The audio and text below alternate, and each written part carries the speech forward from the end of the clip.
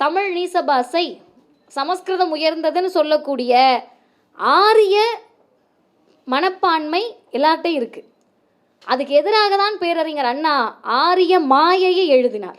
நாங்கள்லாம் இந்த பகுதிங்க, நாங்கள்லாம் இவங்கங்க அவங்கங்க, ரொம்ப அமைதியாக இருப்போங்க, பேச்செல்லாம் மரியாதை தான், வாங்க போங்க, இங்கே குறைச்சலே இருக்காது. 2 வயசு குழந்தைய கூட இங்கே போட்டு தான் கூப்பிட்ற அளவுக்கு மரியாதையானவங்க. செம்பில் தண்ணி கொடுக்குறவங்க யாருன்னு பார்த்து குடிக்கிற அளவுக்கு மரியாதையானவங்க.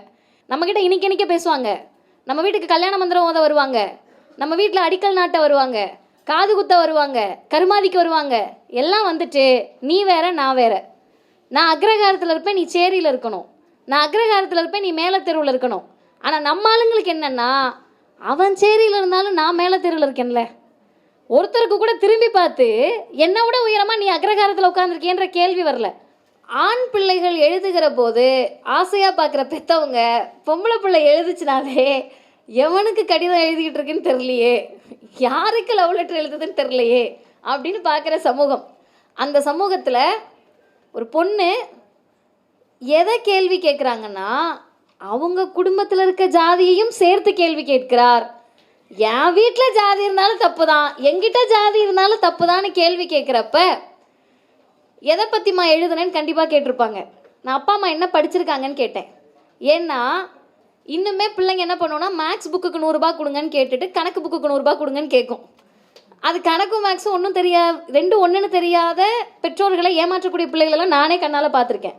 சொல்ல வந்ததை ஒரே வரியில் சொல்லணும் அப்படின்னு சொன்னால், தமிழ்நாட்டில் மட்டுமல்ல இந்தியாவில் நடந்து கொண்டிருப்பது ஆரிய திராவிட போர்.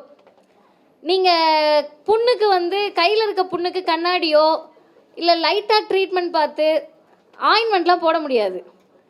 ஆசிரியர் சொன்ன மாதிரி சர்ஜரி தான் பண்ணணும். பெரியார் ஃபிசிஷியனா சர்ஜனான்னு கேட்டால் ஐயா அறுவை சிகிச்சை நிபுணர். எதை அறுவை சிகிச்சை பண்ணார்?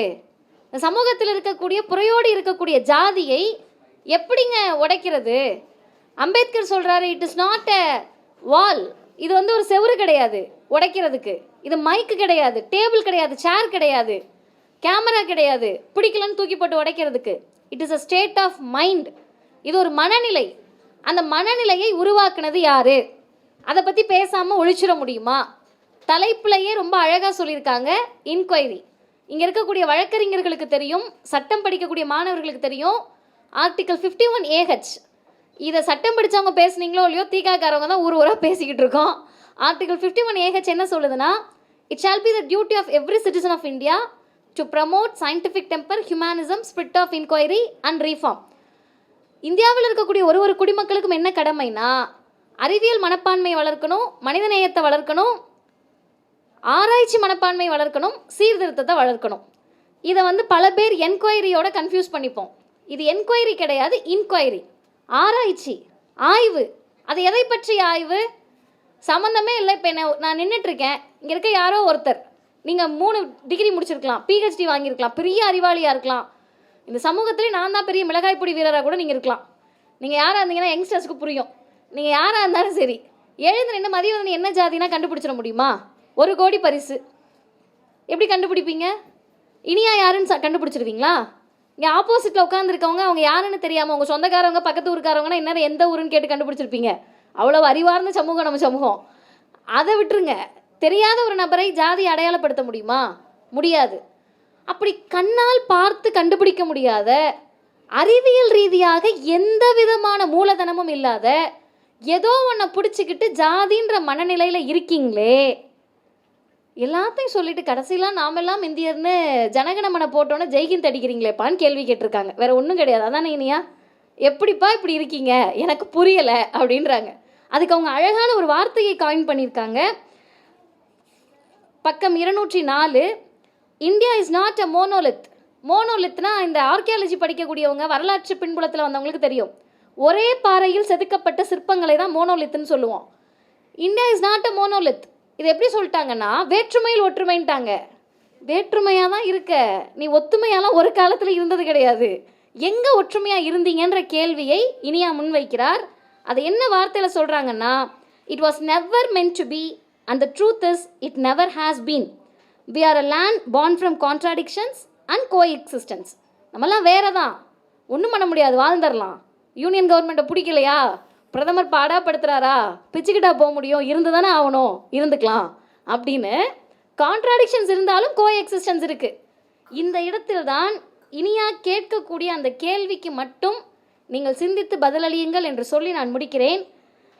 Because caste still kills. ஜாதி இன்னும் கொன்று கொண்டு தான் இருக்கிறது. யாரையெல்லாம் சாகடிக்குது?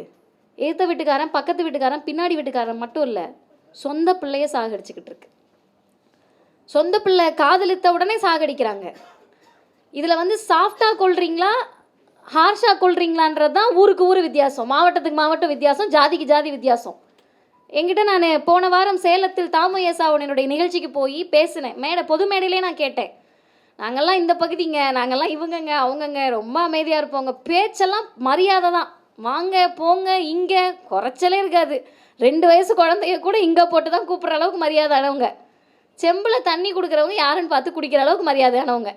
இப்படிப்பட்ட ஒரு சமூகத்தில் இனியா சொல்லுவது ஜாதி கொன்று கொண்டு தான் இருக்கிறது. அப்படி கொல்லுகிற போது லாங்குவேஜ் ஸ்டில் ஐசோலேட்ஸ். தமிழ் நீசபாசை, சமஸ்கிருதம் உயர்ந்ததுன்னு சொல்லக்கூடிய ஆரிய மனப்பான்மை எல்லார்ட்டையும் இருக்குது. அதுக்கு எதிராக தான் பேரறிஞர் அண்ணா ஆரிய மாயையை எழுதினார்.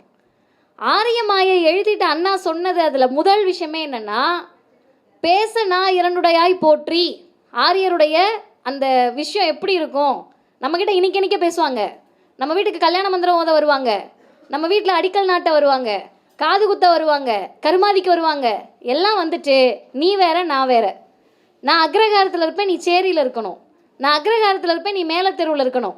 ஆனால் நம்ம ஆளுங்களுக்கு என்னென்னா, அவன் சேரியில் இருந்தாலும் நான் மேலே தெருவில் இருக்கேன்ல.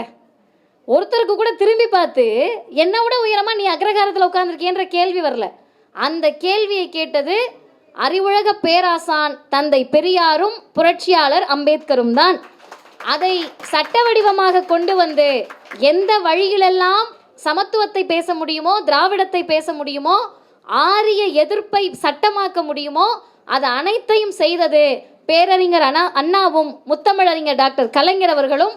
அவர்களுடைய வழித்தோன்றலாக இன்றைய முதலமைச்சர் எப்படியாவது சமத்துவ சிந்தனையை கொண்டு வந்துடணும்னு சொல்லி கல்வி, வேலை வாய்ப்பு, காலனி என்று பெயர் இருக்கக்கூடாது, இத்தனை தத்துவத்தையும் கொடுத்து எங்கே அடித்தா வலிக்கும்னு தெரிந்து ஆரியத்திற்கு நேர் எதிரான சொல்லான திராவிடத்தை பயன்படுத்தி நடப்பது திராவிட மாடல் தான் என்று சொல்லுவதை இனியா போன்றவர்கள் இந்த புத்தகத்திலும் இந்த நூலிலும் அங்கீகரித்திருக்கிறார்கள். இனியாவுக்கு ஒரே ஒரு வேண்டுகோள், தயவு செய்து எழுதுவதை நிறுத்திவிடாதீர்கள், பேசுவதையும் நிறுத்திவிடாதீர்கள். தொடர்ந்து பேசுங்கள், தொடர்ந்து எழுதுங்கள். இந்த பேப்பர் வச்சது என்ன அர்த்தம்? ஒன்றும் முடிக்க சொல்லி பேப்பர் வச்சு முடிக்க போகிறேன். தொடர்ந்து எழுதுங்கள், தொடர்ந்து பேசுங்கள். எல்லாவற்றையும் தாண்டி ஆல் ஃபார் ஆல் என்ற ஒரு அமைப்பை இனியா அவர்கள் கடந்த ஆண்டு தொடங்கி இருக்கிறார். அதற்கும் அனைவரின் சார்பிலும் நான் வாழ்த்துக்களை தெரிவித்துக் கொள்ளுகிறேன். இன்னைக்கு காலையில் புதுக்கல்லூரியில் பேசுகிறப்ப நான் மாணவர்கள்கிட்ட சொன்னேன், நமக்கு யாருப்பா இன்ஃப்ளூயன்சர்? சூப்பராக டான்ஸ் ஆடுவார், சூப்பராக காமெடி பண்ணுவார் எங்கள் அண்ணன்.